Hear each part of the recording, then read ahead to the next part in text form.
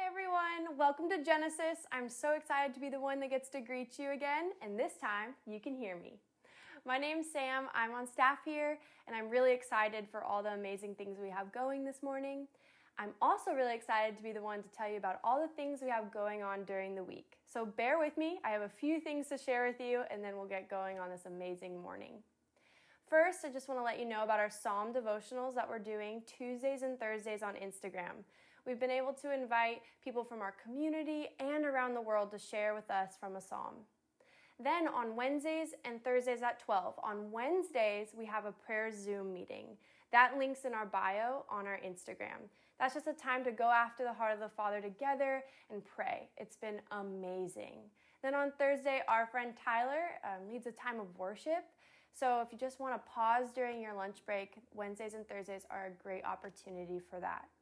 Then on Friday, we decided to have a little bit of fun. At 3 p.m., someone in our community teaches us something from the kitchen. We're calling it From the Kitchen.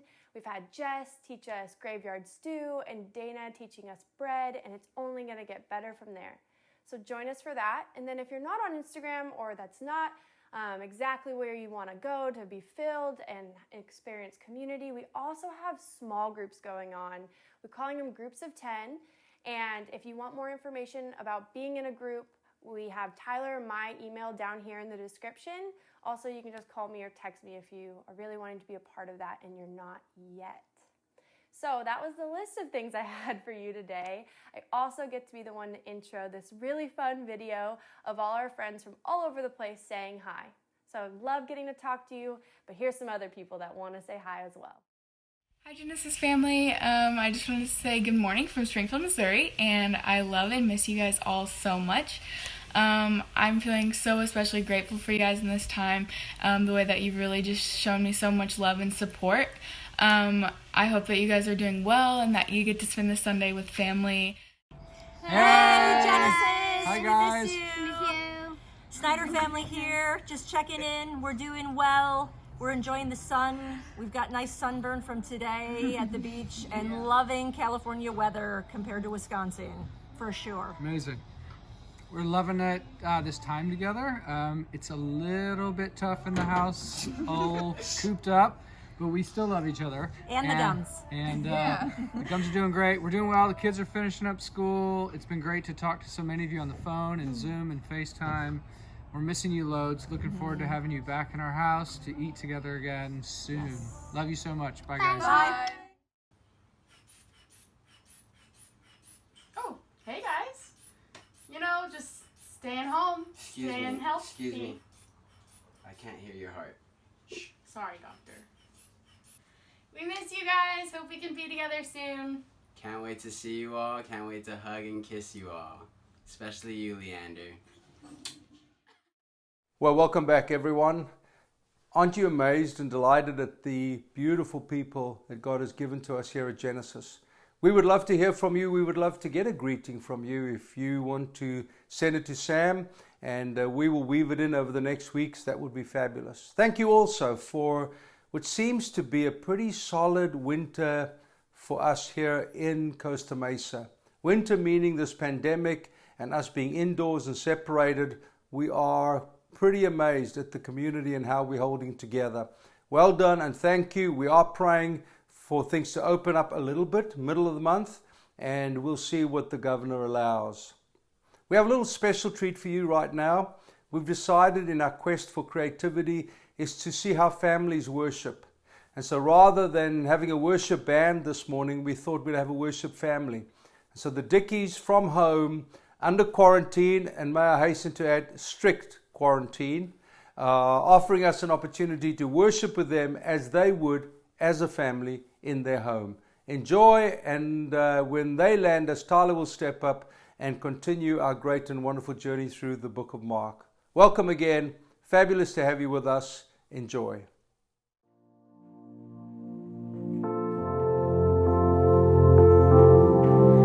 Lord Jesus, I thank you so much for this morning that we can be together as a church, and I just pray, God, that you will meet us, that you will calm the storm, that you will touch our hearts, God, and help us to really receive what you have for us.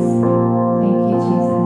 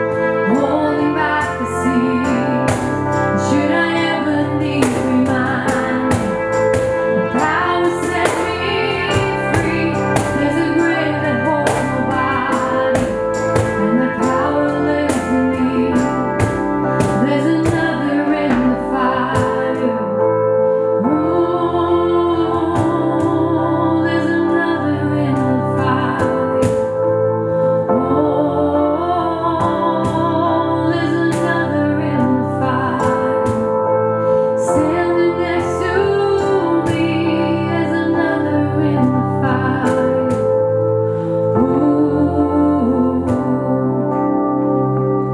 I can see the light in the darkness, and this darkness bows to Him. I can hear the roar in the heavens, just the space between where I stand. I can feel the ground shake beneath us as the threads of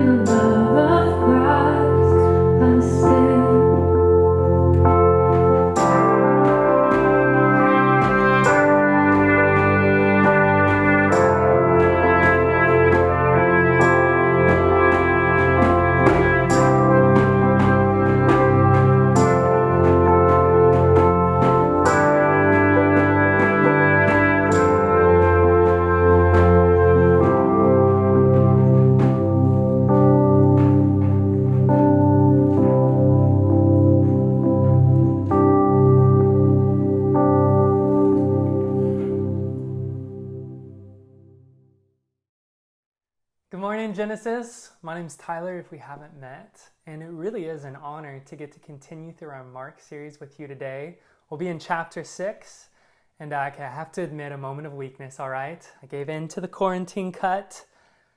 I don't know, I'm a vulnerable human being, I guess. And hey, I'm wearing Crocs today, but you can't tell because we're in quarantine and I'm teaching to a camera. I mean, these are wild times, right? But I really want to give a lot of love, a big shout out to the Dickey family. That was a beautiful moment of worship. Willow, I had no clue you played the trumpet so well. Like, seriously, girl, you better be ready to play with me when all this is said and done, all right? We're going in. And Dakota, your harmonies are beautiful. You have a wonderful voice. It was such a surprise. And Arietta and Hunter, you led us so amazing, per usual. So I really feel like in my heart, one of the most beautiful things on planet Earth is families worshiping together. I think that's a little picture of God's kingdom come right here, right now. So thank you, Dickey family, for leading us into that. You're amazing. So go ahead, though. Get your Bibles ready. We're going to be in Mark 6, verses 1 to 6. Now, as I was prepping this week, this question was chasing me all around. Actually, very unrelated too. Like, my mother-in-law posted it to Instagram. It was on a couple of videos that were unrelated to anything I was studying. But they asked, are you a teachable person? Are you a teachable person, or are you an offendable person? What's your involuntary or subconscious response to a different worldview than yours? Or a different political or social agenda? What is your involuntary response to unholiness being exposed in your life? Are you teachable? Are you offendable? Now read with me. We're going to be in verse 1 all the way to 6. Jesus left that part of the country and returned with his disciples to Nazareth, his hometown. The next Sabbath, he began teaching in the synagogue, and he heard and many who heard him were amazed. They asked, where did he get all this wisdom and power to perform such miracles? Then they scoffed, he's just a carpenter. He's the son of Mary. And the brother of James, Joseph, Judas, Simon, and his sisters live right here among us. They were deeply offended and refused to believe him. Then Jesus told them, a prophet is honored everywhere except in his hometown and among his relatives and his own family. And because of their unbelief, he couldn't do any miracles among them, except place his hands on a few sick people and heal them. And he was amazed at their unbelief. Now, what I want to do is I just want to walk us through these first 6 verses, quick but in depth, and make sure we really understand what Jesus is up to here, all right? So in verse 1, Jesus leaves that part of Galilee, okay? That part, where he'd been performing all these crazy miracles, casting out demons, healing the sick, raising the dead. That part of Galilee, okay? And he enters his hometown, Nazareth. Now, Nazareth, very small, blue-collar, backwood town. Small, like Freeport City, Kansas, or Vernon, California. You've probably never heard of those places, right? Because you don't, unless you're from around there. And that's the social status of Nazareth. This is where Jesus grew from boy to man. And Jesus is teaching in his local synagogue on Sabbath. Now already, you should be like, oh boy, we're in for a good one. Why? Because so far there's 3 stories in Mark of Jesus teaching on Sabbath in the synagogue. These 3 stories are all riddled with controversy, conflict, rejection. So when the curtains rise on chapter 6 and Jesus is walking into his hometown to teach on the Sabbath in the synagogue, you're like, oh boy, what's coming? And as he begins teaching, they're absolutely amazed. Wow, this is good stuff. Where did he get all this wisdom and power to perform these miracles? But as he continues teaching, their attitudes change drastically. You would suppose he began to teach in a way that deeply offended them. They began hurling insults at him. He's just that carpenter. He's the son of Mary. Oh, yeah, his brother, James. No, I had a beer with James last night. He's They are not a royal family. Let me promise you that, right? Now, a bit on these insults, because they would actually be incredibly penetrating. He's just a carpenter. Well, here's the thing. No great leader of any big movement needed to know how to, build with wood or stone or metal. No one needed to know that. That's the work that you do with you let your lowly servants do that, right? So no big leader of any movement would be a carpenter. He's just the son of Mary. Now this one cut deep. People clearly didn't buy that whole talk of the virgin birth, No way, they didn't. The social talk around town was like, yeah. Joseph and Mary, they were watching Netflix a little too late and they swore they were only gonna kiss, right? And we know, cue Jesus. So in a cultural rejection, they call him son of Mary. This would dismiss his legitimacy as a child in a patriarchal society, because in a patriarchal society, your entire lineage and identity was traced through your father, not your mother. I mean, we look at the biblical genealogies. Abraham was the father of Isaac. Isaac, the father of Jacob. Jacob, the father of Judah and his brothers. We see this insult reiterated in the Gospel of John. The Pharisees call him Mamzer. It literally means bastard, an illegitimate child. Hey, they say, hey, we're not illegitimate children. At least we know who our father is, right? A complete blast on the birth of Jesus. He constantly faced the social illegitimacy of his own birth and who he knew himself to be. I find it no surprise that he constantly refers to himself as the Son of Man, restoring dignity to his humanness. It's beautiful. But I do wonder, what was he teaching that was causing such an insurrection in their hearts? What did he teach that caused them to completely reject Jesus? Well, we can really only conjecture, right? We know through archaeological evidence that the Nazarenes wanted nothing to do with anything Roman at all. Culture, values, practices, objects, you name it, they wanted nothing to do with it. And I would say Jesus was very opposed to Roman culture as well. But for the Nazarenes, salvation offered to anyone? No way. Especially not the Romans. We could even conjecture that comparing the teachings of purity to Jesus to that of the Nazarenes, they were deeply subversive. Again, they've uncovered offerings for the rituals that clearly show a very a different, I'll just say, view of purity than Jesus. It was all about offering and sacrifice. That was not the heart of Jesus. That could have deeply offended them. But these really are only conjectures, right? So what do we know for sure about what Jesus was teaching? Well, let's continue on through the narrative and see what Jesus is getting at. In verse 4, Jesus says, "A prophet is honored everywhere except in his hometown and among his relatives and his own family." And because of their unbelief, he couldn't do any miracles among them, except to place his hands on a few sick people and heal them. Now, what's Jesus doing here? He's setting himself aside, as he's already done many times in Mark, as a prophet to the nations. All throughout the Bible, we see the prophets are rejected, right? I think back 2 weeks ago, Chris was teaching on Amos.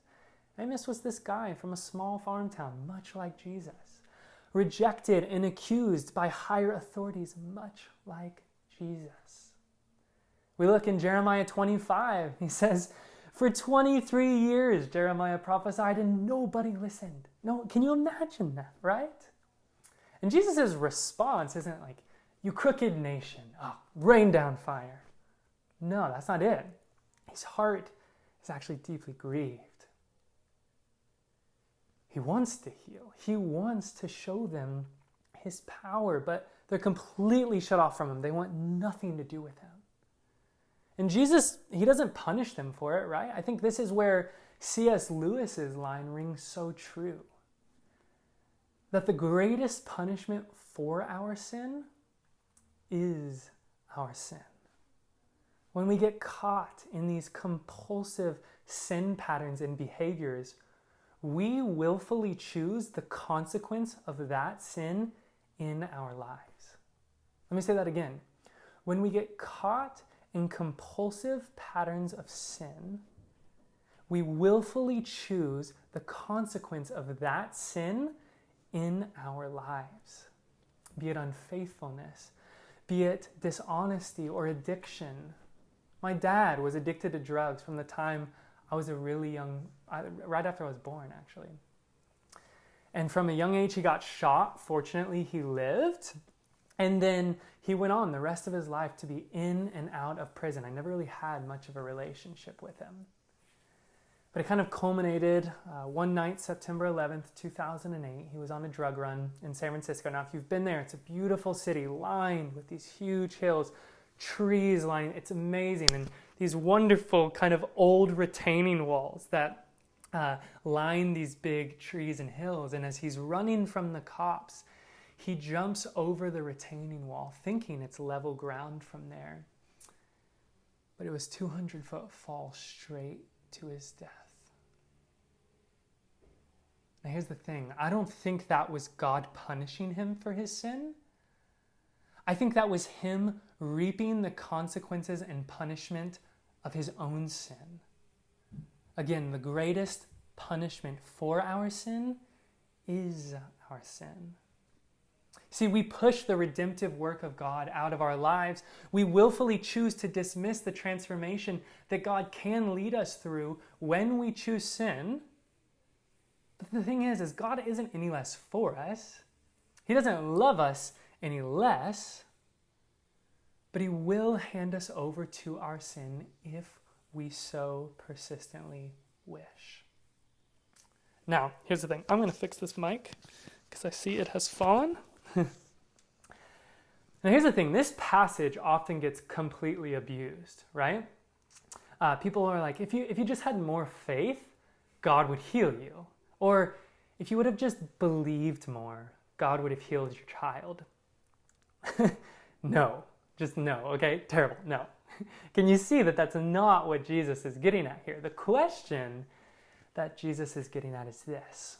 When you are offended by the words and life of Jesus, do you willfully choose to quench the source of all redemption and transformation in your life, or do you choose to place your unwavering trust in Jesus, that he truly wants full freedom for you? He truly wants what is best for you.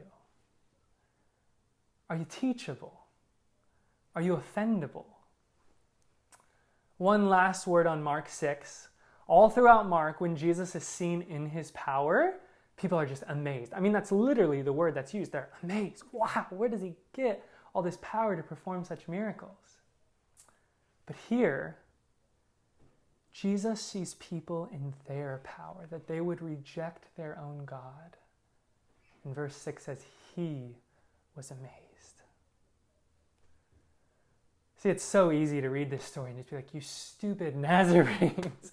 Like, if you just knew what he was going to do for you, you would never, if you just had any clue who you were talking to, you would never reject him like this. But aren't we guilty of the same thing? The only difference is we know the end of this story. We know that Jesus died to the worst sin of all, that humans would crucify, they would murder their own God. And yet he resurrected to defeat death and sin for all eternity, so that we wouldn't have to live in these compulsive patterns and punishment of our own sin that plague ourselves and everyone else around us. He resurrected so we could stop living in defense of ourselves, and instead we could live in offense of those that society has rejected and outcasted, done away with. That's where the juice is at right there, okay? But still, much like the Nazarenes, when we're offended by Jesus, we simply just dismiss him. No, I don't want anything to do with that part. No, I mean, the love your neighbor stuff, that's cool, but that other stuff doesn't really apply to me, right? Like, oh, I should forgive that person? No.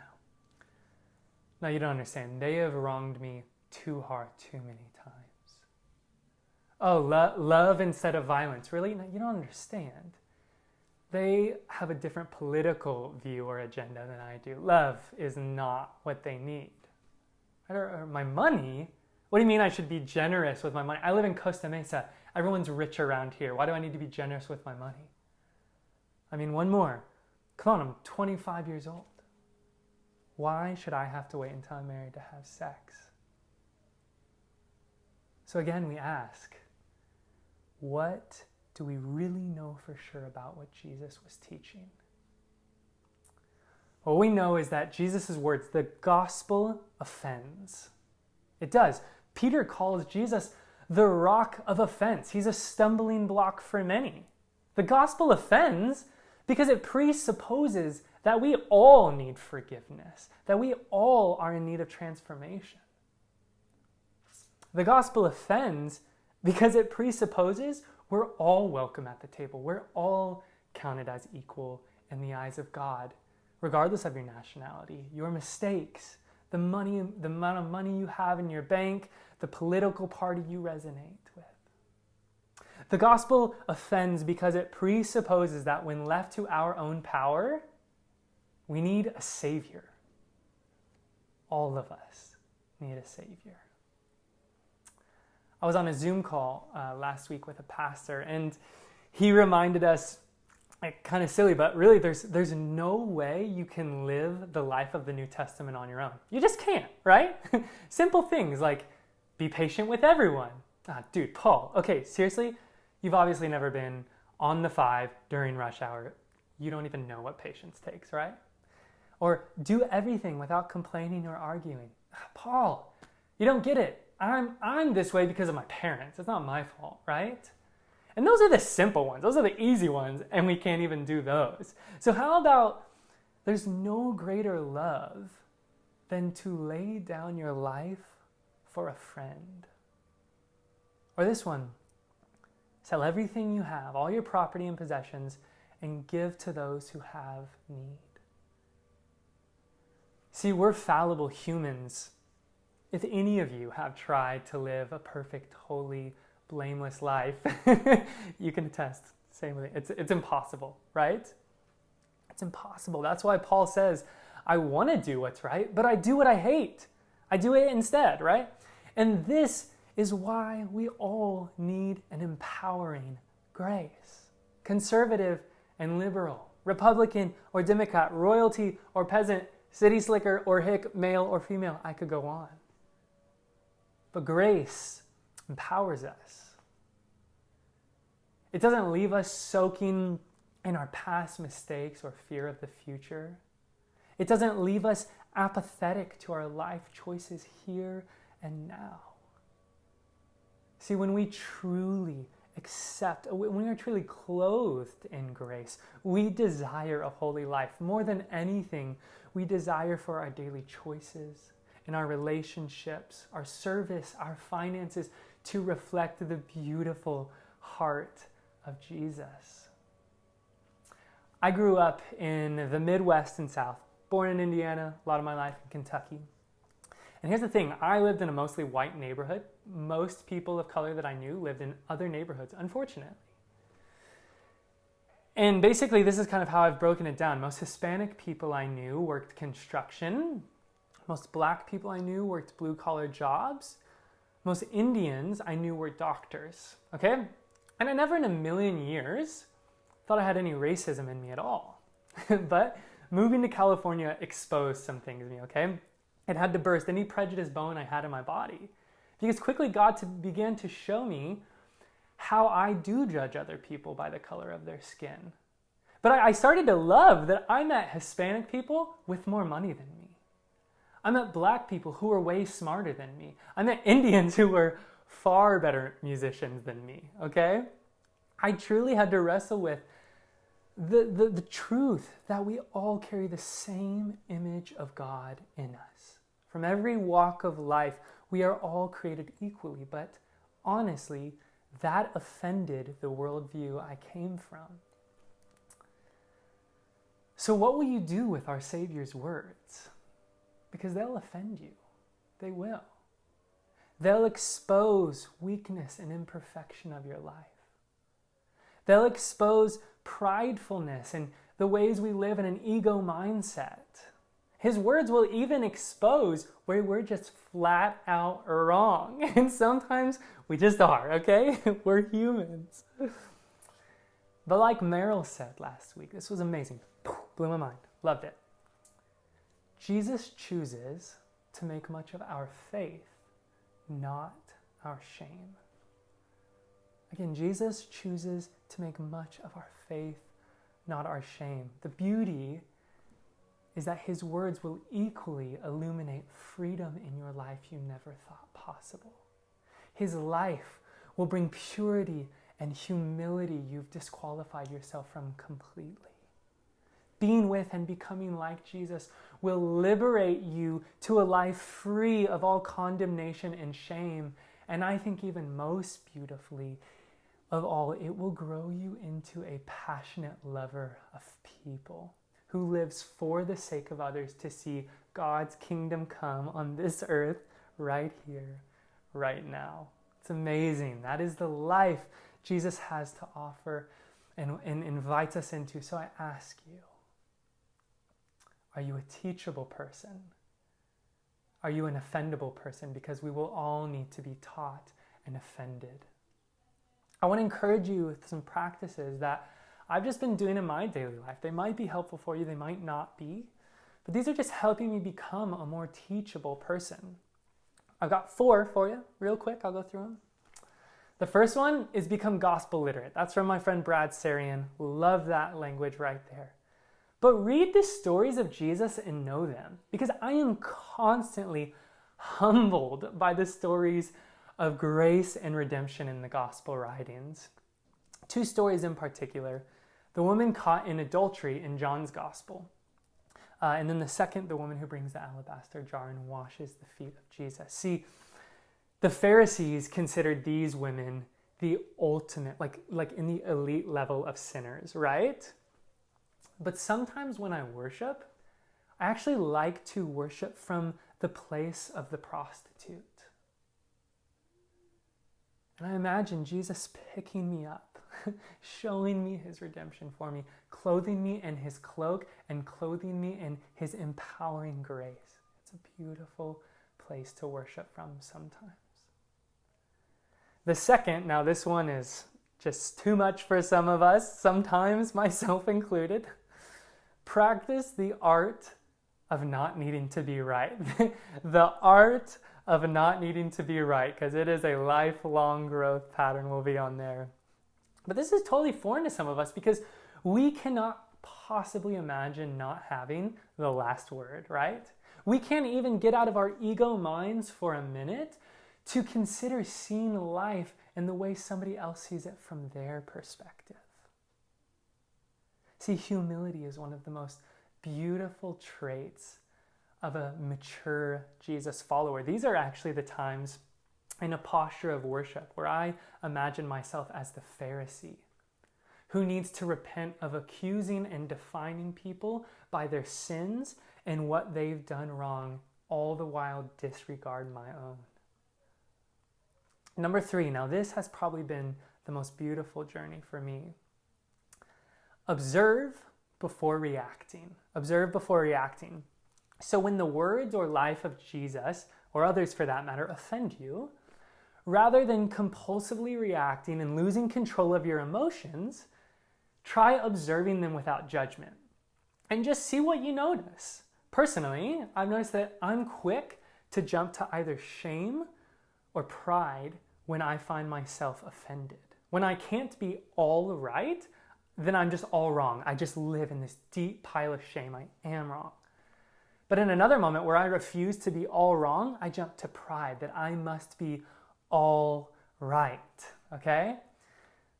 But when I choose to observe my subconscious, and in that jump, rather than condemn it, I observe it rather than condemn it, I actually find that there's just more I need to learn. I feel unsafe or uncomfortable, so I choose to jump to one of those emotions rather than anchoring myself in all situations in humility and obedience. And then the fourth one, and this is a simple, I think will change life for many. Ask God to expose your areas of offense. This could happen in a lot of ways. You could be driving your car. God, just show me where I'm offended right now. You could take 10 or 20 minutes a couple times a week and just sit in silence. No words. You don't have to pray. You can just wait on God and just say, Lord, show me the areas of offense in my life and minister your grace and love and redeeming power into them. So here's what we're going to do. We're going to worship together, okay? And this is an invitation for you to lay down your offenses at the feet of Jesus and just allow him to minister in grace and in truth. There's no space between you and Jesus when we worship. There isn't. But he will honor your persistent rejection of him if you so choose. So right now, let's just open our hearts in worship. Let's just get ready to worship. And I'm just going to pray in this time. Jesus, come. Jesus, come. Open our hearts to receive you for you. You for you. We don't want the God made in our image because we've learned that we actually need saving from that God. But we want the Jesus who is rich in love and mercy and empowers us with his grace. The Jesus who is committed to our redemption, to see your kingdom come right here in Costa Mesa or wherever our friends are at right now, Jesus. We love you so much.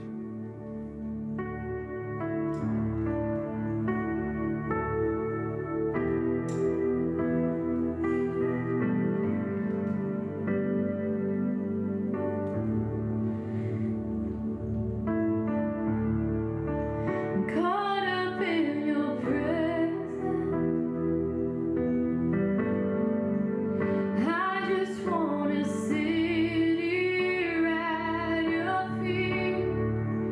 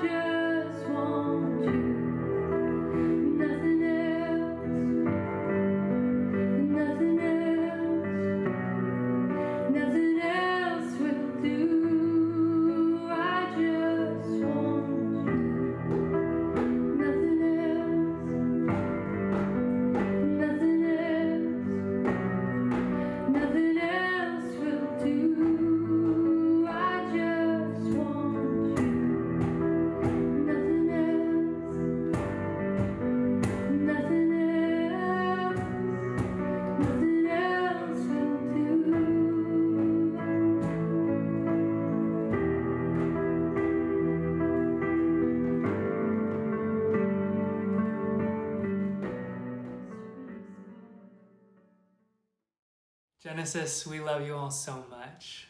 Be blessed, be teachable this week. And seriously, if you need anything at all, our emails are in the description below. We're here for you. We're praying with you. We are praying for you and your family during this time. So don't be afraid to reach out at all. And seriously, we look forward, whatever it looks like over this time of quarantine, we look forward to engaging online together, whether it's a midweek meal Zoom during the week or from the kitchen table on Friday. We're having some fun, and so we hope you do too. Enjoy the time with family or your household, and we can't wait to see you soon.